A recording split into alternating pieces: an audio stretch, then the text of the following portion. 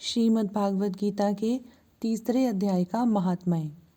श्री भगवान कहते हैं, प्रिय, जन स्थान में एक जड़ नामक ब्राह्मण था जो कौशिक वंश में उत्पन्न हुआ था।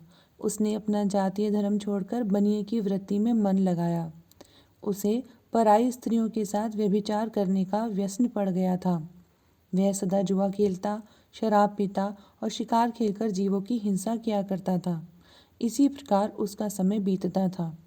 धन नष्ट हो जाने पर वह व्यापार के लिए बहुत दूर उत्तर दिशा में चला गया। वहां से धन कमाकर घर की ओर लौटा। बहुत दूर तक का रास्ता उसने तय कर लिया था। एक दिन सूर्यास्त हो जाने पर जब दसों दिशाओं में अंधकार फैल गया, तब एक वृक्ष के नीचे उसे लुटेरों ने धर दबाया और शीघ्र ही उसके प्राण ले लिए। उसके धर्म का लोप हो गया था, इसीलिए वह बड़ा भयानक प्रेत हुआ। उसका पुत्र बड़ा धर्मात्मा और वेदों का विद्वान था। उसने अब तक पिता के लौट आने की राह देखी। जब वे नहीं आए तब उनका पता लगाने के लिए वह स्वयं भी घर छोड़कर चल दिया। वह प्रतिदिन खोज करता, मगर राहगीरों के पूछने पर भी उसे उनका कुछ समाचार नहीं मिलता था। तदंतर एक दिन एक मनुष्य से उसकी भेंट हुई जो उसके पिता का सहायक था।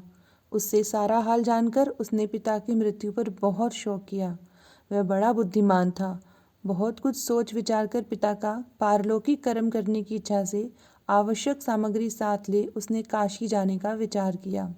मार्ग में 7-8 मुकाम डालकर वह 9वें दिन उसी वृक्ष के नीचे पहुंचा जहां उसके पिता मारे गए थे।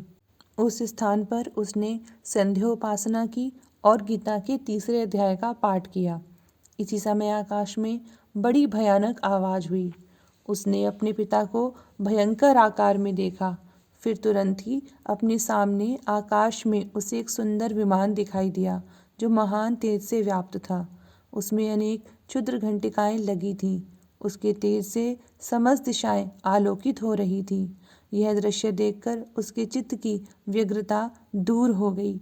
उसने विमान पर अपने पिता को दिव्य रूप धारण के विराजमान देखा। उनके शरीर पर पीताम्बर शोभा पा रहा था और मुनिजन उनकी स्तुति कर रहे थे। उन्हें देखते ही पुत्र ने प्रणाम किया। तब पिता ने भी उसे आशीर्वाद दिया। तत्पश्चात उसने पिता से यह सारा वृत्तांत पूछा। उसके उत्तर में पिता ने सब बातें बताकर इस प्रकार कहना आरंभ किया, बेटा, दैववश मेरे निकट गीता के तृतीय अध्याय का पाठ करके तुमने इस शरीर के द्वारा किए गए दुस्तज्य कर्म बंधन से मुझे छुड़ा दिया। अतएव घर लौट जाओ, क्योंकि जिसके लिए तुम काशी जा रहे थे वह प्रयोजन इस समय तृतीय अध्याय के पाठ से ही सिद्ध हो गया है। पिता के योग कहने पर पुत्र ने पूछा, तात, मेरे हित का उपदेश दीजिए तथा और कोई कार्य जो मेरे लिए करने योग्य हो बतलाइए। तब पिता ने उससे कहा, अनग, तुम्हें यही कार्य फिर करना है। मैंने जो कर्म किया है वही मेरे भाई ने भी किया था। इससे वे घोर नरक में पड़े हैं।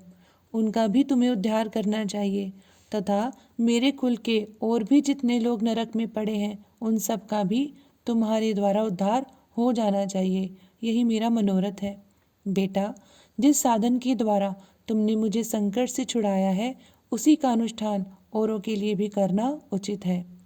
उसका अनुष्ठान करके उससे होने वाले पुण्य उन नारकी जीवों को संकल्प करके दे दो। इससे वे समस्त पूर्वज मेरी ही तरह यातना से मुक्त स्वल्प काल में ही श्री विष्णु के परम पद को प्राप्त हो जाएंगे। पिता का यह संदेश सुनकर पुत्र ने कहा, तात, यदि ऐसी बात है और आपकी भी ऐसी ही रुचि है तो मैं समस्त नारकी जीवों का नरक से उद्धार कर दूंगा। यह सुनकर उसके पिता बोले, बेटा, एव मस्तु, तुम्हारा कल्याण हो। मेरा अत्यंत प्रिय कार्य संपन्न हो गया। इस प्रकार पुत्र को आश्वासन देकर उसके पिता भगवान विष्णु के परम धाम को चले गए। तत्पश्चात वह भी लौटकर जनस्थान में आया और परम सुंदर भगवान श्री कृष्ण के मंदिर में उनके समक्ष बैठकर पिता के आदेश अनुसार गीता के तीसरे अध्याय का पाठ करने लगा। उसने नारकी जीवों का उद्धार करने की इच्छा से गीता पाठ जनित सारा पुण्य संकल्प करके दे दिया। इसी बीच में भगवान विष्णु के दूत यातना भोगने वाले नारकी जीवों को छुड़ाने के लिए यमराज के पास गए। यमराज ने नाना प्रकार के सत्कारों से उनका पूजन किया और कुशल पूछी। वे बोले, धर्मराज, हम लोगों के लिए सब और आनंद ही आनंद है। इस प्रकार सत्कार करके पितृलोक के सम्राट परम बुद्धिमान यम ने विष्णुदूतों से यमलोक में आने का कारण पूछा। तब विष्णुदूतों ने कहा, यमराज, शेष शैया पर शयन करने वाले भगवान विष्णु ने हम लोगों को आपके पास कुछ संदेश देने के लिए भेजा है। भगवान हम लोगों के मुख से आपकी कुशल पूछते हैं और वह आज्ञा देते हैं कि आप नरक में पड़े हुए समस्त प्राणियों को छोड़ दें।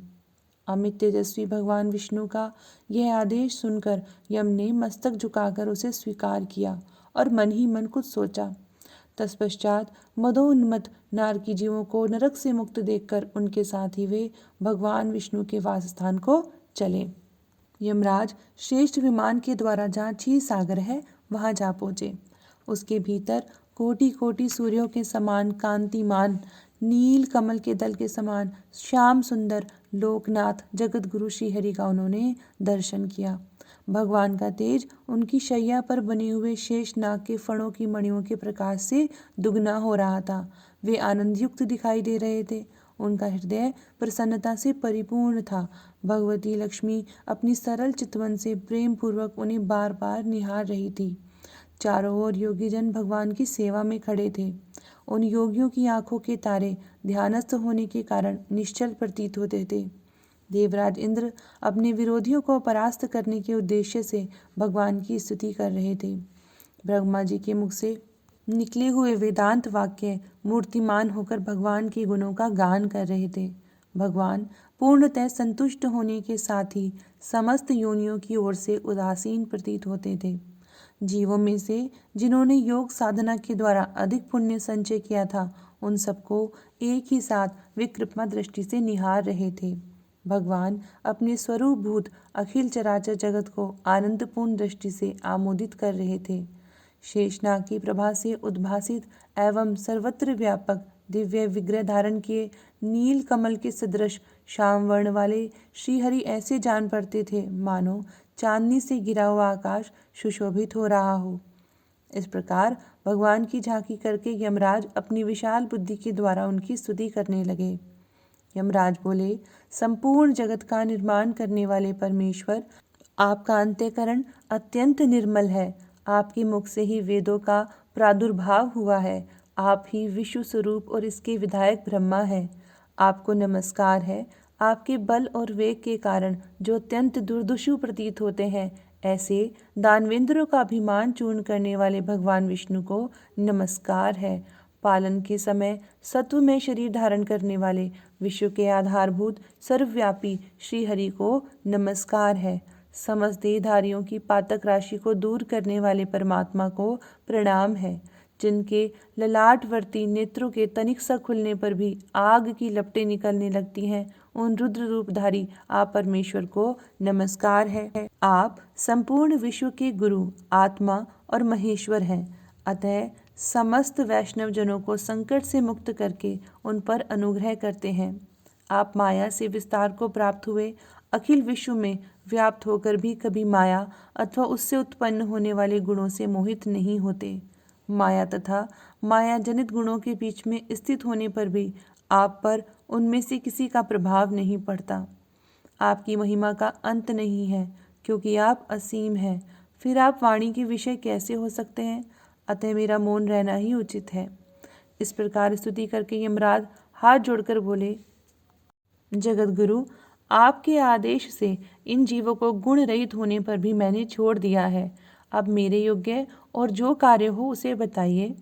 उनके योग कहने पर भगवान मधुसूदन मेघ के समान गंभीर वाणी द्वारा मानो अमृत से सींचते हुए बोले, धर्मराज, तुम सबके प्रति समान भाव रखते हुए लोगों का पाप से उद्धार कर रहे हो। तुम पर देहधारियों का भार रखकर मैं निश्चिंत हूँ। अतः तुम अपना काम करो और अपने लोक को लौट जाओ।